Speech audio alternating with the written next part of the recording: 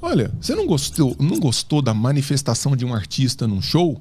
Você pode fazer um punhado de coisas. Se você estiver vendo na TV, você pode mudar o canal.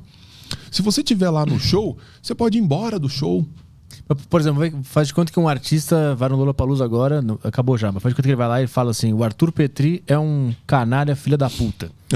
Aqui no Brasil eu poderia processar esse cara. Poderia processar e assim... O que é um absurdo. O que é um absurdo. O que é um absurdo. Cara, você tem a possibilidade de entrar e dar uma resposta à altura. Você tem redes... As pessoas ficam falando assim, porque o Brasil, um novo 1984. Não é verdade. A gente tem chance de entrar nas nossas redes sociais, dar resposta à altura, xingar de volta. Mas mais ou menos também, né? Ah, cara, tem, ué. Porque as redes, elas sempre ficam do lado do discurso mais bonito. E aí elas aí apagam a tua conta, porque tu não falou o que eles achavam que era legal. É meio o livro. Mas daí, aí a gente volta naquele início do debate, que é, beleza, então o que eu vou fazer? Eu vou criar uma intervenção estatal na rede social que tira... Não. Percebe? Claro. Então assim, beleza, cara, pô, o YouTube tá me fazendo um negócio aqui que não tá me ajudando muito. Rumble. Vamos para Rumble. Sacou? É isso. Os caras ficam dentro do Facebook ou dentro do Instagram falando que são censurados. Sai de lá, velho. Mas aqui é um problema, que essas empresas, eu tive essa discussão com o Rafael Lima aqui, eu queria ver a tua opinião também. Essas empresas, elas se tornaram tão grandes que elas acabaram se tornando também uma necessidade para os seres humanos. Mas elas se tornaram tão grandes porque nós optamos por esse caminho. O problema não é o monopólio. Será? As pessoas, cara, o problema não é o monopólio. Vamos lá. Tem uma sorveteria do seu Zé aqui que começa a vender um sorvete muito massa a um preço muito acessível. Ele começa a crescer, Ele compra a sorveteria do lado, ele compra a outra. Ele cria uma mega empresa e vira um monopólio na venda de sorvete. De sorvete, não de informação. Não tem problema. É a mesma coisa. A gente consome igual. A gente consome... Sabe por que a gente quer continuar no Instagram e no Facebook mesmo incomodado? Porque a gente gosta de estar ali. Cara, não sei. A gente gosta de estar lá falando as coisas. Pra mim é porque é trabalho, é dinheiro. Pois é, mas se todos... Não um sorvete que eu tô comendo pra me divertir. Mas, cara, o trabalho, o dinheiro surgem em função de demandas sociais. Você tá ali, então você aceitou a regra do jogo. Você aceitou a regra do jogo, que é uma empresa privada. Ela tá agindo de uma maneira que te traz desconforto. Se ela está rompendo com um contrato que foi estabelecido quando você entrou na empresa, você entrou lá e você colocou assim, concordo com os termos. Beleza. Ela fez uma coisa que você fala assim, não concordo. Tinha que ler isso aí, porque ninguém lê. Ninguém lê essa merda. Começa daí, que já é um erro. Aí ela faz alguma coisa que se você não gosta, você fala assim, cara, eu não concordo com isso. Você tem medidas judiciais que você pode tomar, você pode brigar. Agora, você quer saber a maior punição que essa empresa pode tomar? É sair de lá. Não, mas eu permaneço porque pra mim é negócio, é dinheiro. Então você escolheu, você fez uma troca. Não, eu fui obrigado. Porque o público tá lá. Você não foi obrigado. Ninguém tá te obrigando a ficar lá. Obrigado não, mas acabou se tornando uma necessidade estar lá. Veja. E eu acho que é muito poder pra uma empresa ter, mesmo que tenha sido o livre mercado que tenha... Você simplesmente, se não concorda, no pensamento liberal funciona assim. Não existe o rei da soja. Não existe o rei do pneu, não existe o rei do sorvete e não existe o rei da plataforma social. O rei é o consumidor. O rei é o consumidor. Sabe por que eu permaneço no Instagram e de vez em quando eu tenho um story que é retirado, de vez em quando eu tenho um post que é retirado? Porque pra mim, no jogo de mais e menos, é mais ficar lá do que menos. Eu concordo com isso. Eu entendo perfeitamente esse ponto de vista. E qual que é o problema, Petri? Se eu tiver que demandar uma intervenção exterior para garantir que numa empresa privada ela haja de forma diferente daquela com a qual eu concordo, o que eu estou dizendo é o seguinte, você está aqui, isso aqui é o seu espaço.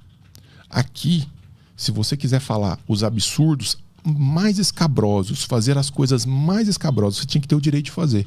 Agora alguém olha e fala assim, eu não concordo com o que está acontecendo dentro da casa do Petri.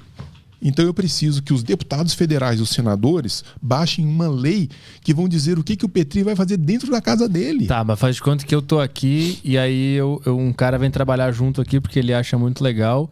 E aí o cara vai me chamar, ele faz assim. Ele faz assim com a mão. Eu falo, nazista! Nazista! Toma aqui um shadow ban, vai pra aquele canto lá, vai ficar um mês olhando pra parede.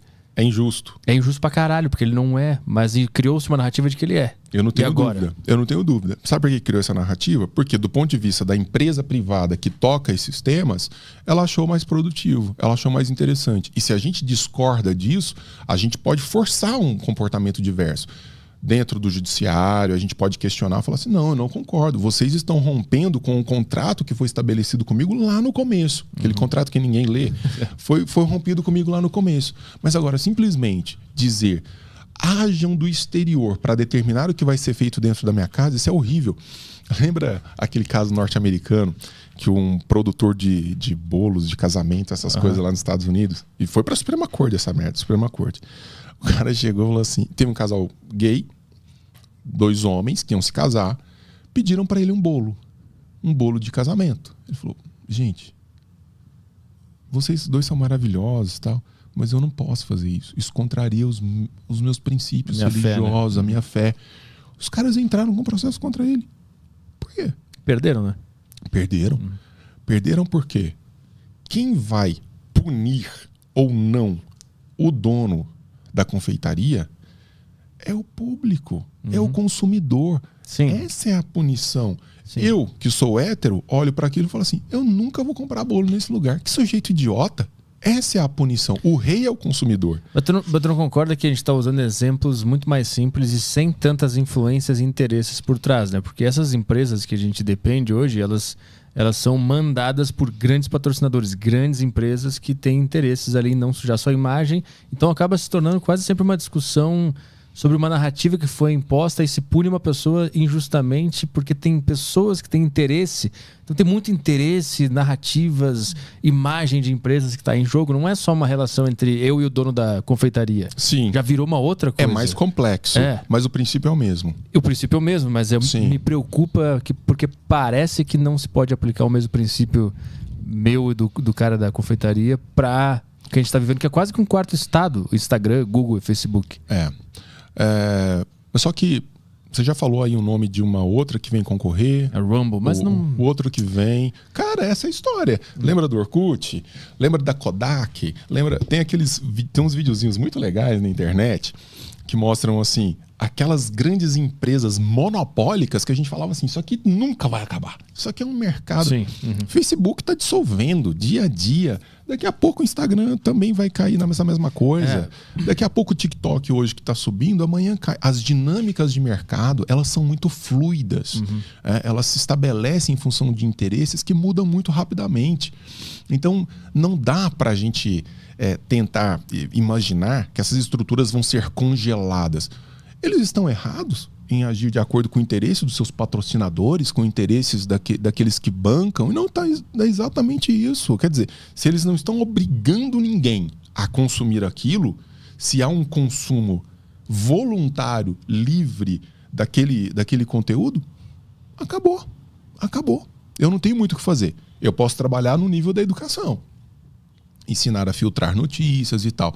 Porque senão a gente cai naquele debate da fake news, né? Então, você não pode postar fake news. O que é fake news? O que é fake news? Você não pode postar uma coisa no Facebook que faça menção àquela tal coisa. Você começa a entrar no mundo de subjetividade muito... né? Então, é o que eu digo. É ruim, a gente fica chateado, né, cara? Vocês trabalham com isso. Então, de repente, toma um ban do YouTube, é uma merda até reconstruir isso e tudo. As alternativas são sair desses canais progressivamente, aceitar as regras e tentar romper isso dentro de um contrato estabelecido entre as partes, mas nunca, pelo amor de Deus, buscar forças externas, especialmente estatais, para tentar controlar isso. Essa é a merda monstruosa. Sim, é tentar meter o Estado para resolver esse problema, né? Mas eu fico pensando também, assim, o Google, por exemplo, é tudo hoje. Se tua empresa não aparece no Google, tu tá fudido, tu não vai conseguir pagar teus funcionários e tal. Então, se o Google decide lá, eu não vou mais mostrar na minha pesquisa a confeitaria desse cara aqui, porque alguém disse que ele é homofóbico, sei lá. Sim. Ele não é. Não Só tem que defesa. historicamente, sabe o que é interessante? Historicamente, o que acontece? as pessoas que estão sendo atacadas nesse sentido, elas começam a se organizar e buscar caminhos diferentes, e esses caminhos começam a se impor. Isso é historicamente o que acontece. Nós estamos num limbo de passagem, né? A gente fica assim meio, pô, que incômodo e tal. Só que o que está acontecendo? A multiplicação das redes sociais, aparece uma rede social de direita, que vai ser uma rede social mais pró-liberdade ou menos pró-liberdade, porque tem coletivismo de direita e de esquerda, né? Então, a tendência natural é a separação por grupos de interesse. Agora, claro, por que a gente continua em outras redes que nos incomodam? Cara, porque a gente gosta de estar ali, a gente gosta de ver as merdas, a gente gosta de ver as polêmicas e tal. E essas empresas, elas respondem aos desejos do consumidor. O que é realmente nocivo, aí sim, quando você tem políticas estatais e governamentais mexendo numa coisa que deveria ser estabelecida livremente entre partes num contrato. Mas a gente não entra numa das contradições que eu já vi de críticas ao movimento ANCAP, libertário e tal, que é assim, o Estado não pode cagar na minha cabeça, mas se uma empresa quiser, tudo bem. Não é meio que uma contradição? Não, porque da empresa eu posso me livrar de formas diversas e eu posso estabelecer a relação com ela por meio de um contrato que foi livremente estabelecido. Sim. Um contrato que foi livremente estabelecido entre as partes é uma coisa extraordinária. Agora, os caras falam de... como é que chama isso? De contrato social com o Estado. Eu não me lembro de ter assinado nenhum contrato social com o Estado brasileiro. É o livro mesmo. Tem um contrato social?